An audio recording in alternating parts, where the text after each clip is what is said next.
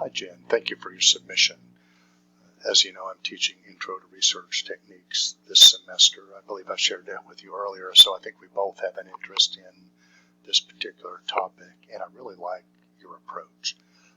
Wanting to be more interactive and collaborative is always a good approach because students learn and they learn together well. And most likely, if they are performing research, they are going to be working together, either on a grant or in a particular lab setting or something. So it's great practice as well. So I use, and I like what you put about the ongoing assessment. I have them working together and working on a research proposal throughout the whole semester, and then their final capstone project is to live present online their research proposal, and then I have everybody give them feedback akin to like a journal review, like would we accept this in our journal, and I have a rubric that they look at, so to kind of get them, encourage them to then keep moving and actually publish it, and then I just give them a few journals to do that in.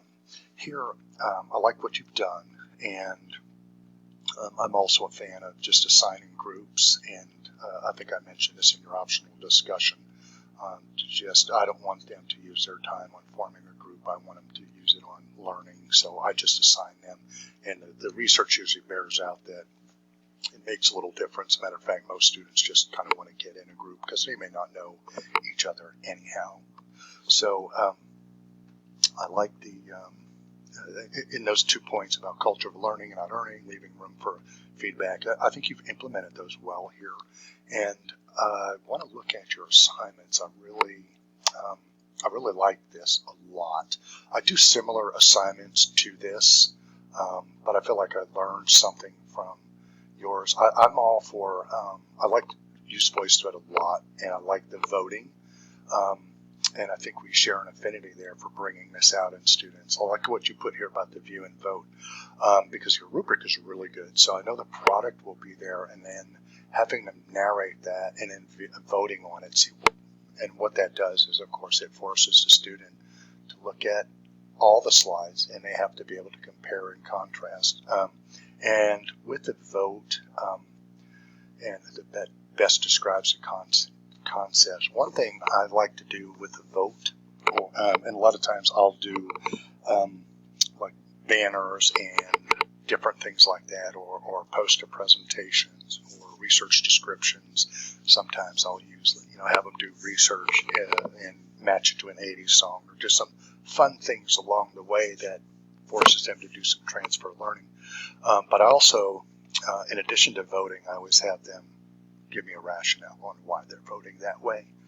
So they're not voting for a friend or just voting to vote, but, kind of like in research, you kind of have to back up your vote. So one thing to be thinking about is what criterion or criteria do you want them to reference maybe when they vote, if you feel that's a direction that you want to go in. That I've always found it helpful for them to have to vote and then provide a small, short rationale why. I felt that your rubrics rubric was very good.